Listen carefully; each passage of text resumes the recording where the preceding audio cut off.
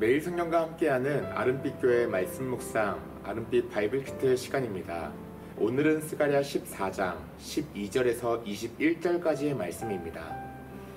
그 중에서 16절에서 19절을 읽고 오늘 하나님이 허락하신 본문을 함께 살펴보도록 하겠습니다. 예루살렘을 치러 왔던 이방 나라들 중에 남은 자가 해마다 올라와서 그 왕 만군의 여호와께 경배하며 초막절을 지킬 것이라. 땅에 있는 족속들 중에 그 왕 만군의 여호와께 경배하러 예루살렘에 올라오지 아니하는 자들에게는 비를 내리지 아니하실 것인즉 만일 애굽 족속이 올라오지 아니할 때에는 비 내림이 있지 아니하리니 여호와께서 초막절을 지키러 올라오지 아니하는 이방 나라들의 사람을 치시는 재앙을 그에게 내리실 것이라. 애굽 사람이나 이방 나라 사람이나 초막절을 지키러 올라오지 아니하는 자가 받을 벌이 그러하니라. 사랑하는 성도 여러분, 오늘 우리가 함께 살펴볼 말씀은 스가랴서의 마지막 부분입니다. 스가랴서는 이스라엘의 회복과 더불어 마지막 날에 여호와께서 온 땅의 왕으로 다스리실 것에 대해 말하고 있습니다. 특별히 오늘 본문은 종말론적인 소망을 보여주는 말씀으로 예수님의 사역과 신약성경 그리고 요한계시록의 환상과도 깊이 연결되어 있습니다. 본문 12절에서 15절은 예루살렘을 친 이방 민족들이 받게 될 무서운 재앙을 보여줍니다. 그 날에 여호와께서 친히 강림하셔서 온 땅에 큰 격변이 일어납니다. 특별히 12절은 충격적인 광경을 묘사합니다. 예루살렘을 친 모든 백성에게 여호와께서 내리실 재앙은 이러하니 곧 섰을 때에 그들의 살이 썩으며 그들의 눈동자가 눈 구멍 속에서 썩으며 그들의 혀가 입속에서 썩을 것이요. 여기서 썩다 라는 말이 3번이나 반복되며 강조됩니다. 이것은 단순한 전염병이나 자연재해가 아니라 애굽에 내리셨던 재앙과 같은 하나님이 직접 내리시는 심판을 가리킵니다. 이 심판은 사람에게만 임하는 것이 아니라 말과 노새, 낙타와 나귀 같은 짐승들에게도 임합니다. 즉 이방 민족들이 의지하던 모든 군사력과 경제력이 무너진다는 뜻입니다. 또한 13절에 보면 하나님께서 큰 혼란을 일으키셔서 원래 함께 예루살렘을 치러 온 자들이 서로를 대적하며 싸우게 됩니다. 사탄의 세력이 연합하여 하나님의 백성을 치려 하지만 결국 그들 안에 분열과 혼란이 일어나 스스로 무너지는 것입니다. 하나님을 대적하는 자들은 결국 자기 손으로 자기 심판을 불러올 것입니다. 악은 결코 끝까지 연합할 수 없습니다. 하나님께서 그들을 흩으실 것이기 때문입니다. 유다 백성도 이 전쟁에 참여하여 이방의 전리품이 예루살렘으로 돌아오게 됩니다. 이것은 하나님께서 모든 만국의 부와 권세가 결국 하나님의 백성과 성전을 위해 쓰이게 하실 것을 보여줍니다. 학개서 2장 7절에서 9절의 말씀처럼 모든 나라의 보배가 여호와의 집에 이르게 될 것입니다. 그러나 심판으로 끝나지 않습니다. 16절에 보면 놀라운 광경이 펼쳐집니다. 예루살렘을 치러 왔던 이방 민족 중에서 살아남은 자들이 매년 초막절에 예루살렘으로 올라와 여호와를 경배합니다. 이것은 단순히 이스라엘 백성만의 회복이 아니라 열방 가운데 남겨진 자들도 함께 하나님의 백성이 되어 예배 드리게 될 것을 보여줍니다. 이사야 2장과 미가 4장에서 말한 것처럼 모든 민족이 시온으로 모여와서 여호와의 율법을 배우며 경배하는 장면입니다. 특히 왜 초막절일까요? 초막절은 이스라엘 백성이 광야에서 초막에 살던 시절을 기억하는 절기입니다. 하나님께서 그들과 동행하시며 가나안에서까지 인도하셨음을 기념하는 절기입니다.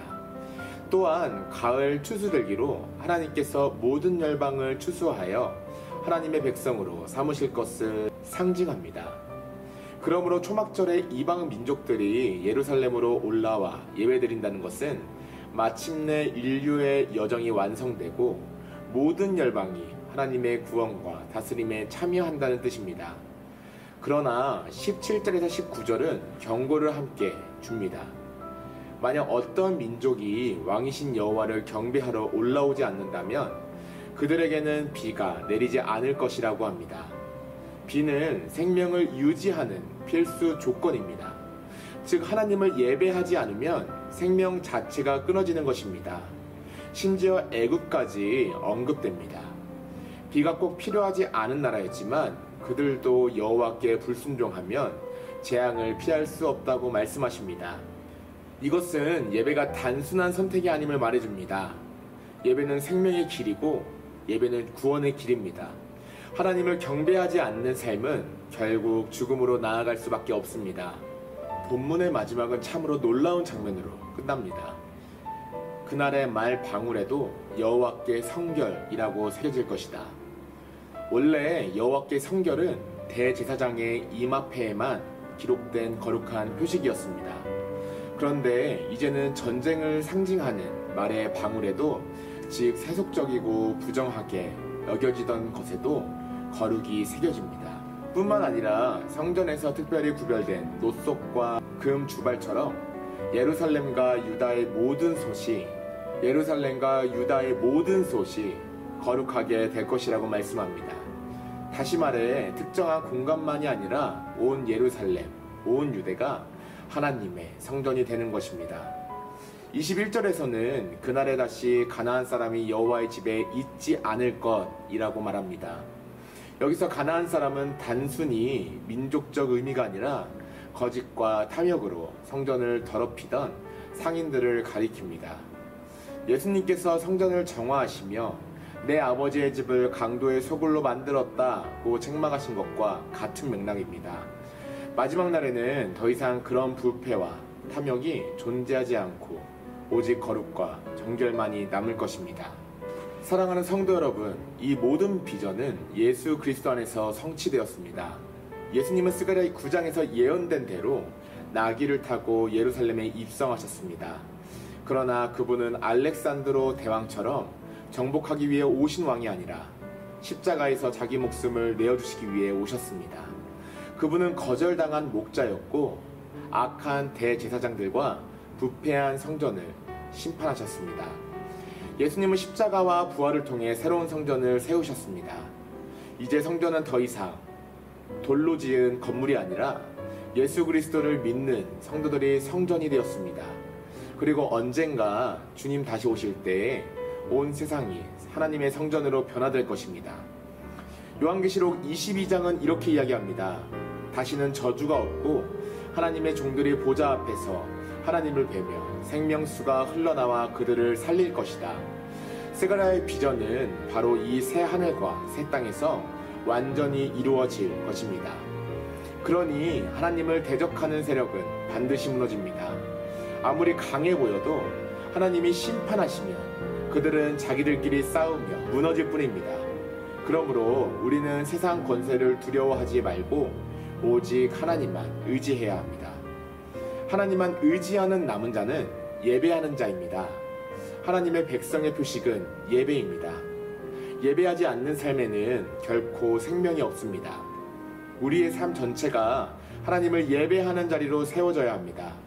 예배하는 우리의 일상은 거룩하게 변할 것입니다. 마지막 날에는 말의 방울까지도 여호와께 성결이 됩니다. 오늘 우리의 가정과 일터, 작은 습관까지도 주님께 거룩하게 드려지는 예배가 되기를 소망합니다. 오늘 하나님을 향한 우리의 작은 반응이 주님을 향하여 나아가는 예배의 한 걸음이 되기를 소망합니다. 기도하겠습니다. 온 땅의 왕이 되신 주님, 우리의 눈을 열어 마지막 날에 영광을 바라보게 하여 주시옵소서.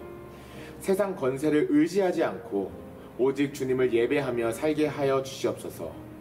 우리의 삶의 모든 순간이 여호와께 성결이 되게 하시고 주님 다시 오시는 날까지 소망 가운데 살게 하여 주시옵소서. 예수님의 이름으로 기도드립니다. 아멘.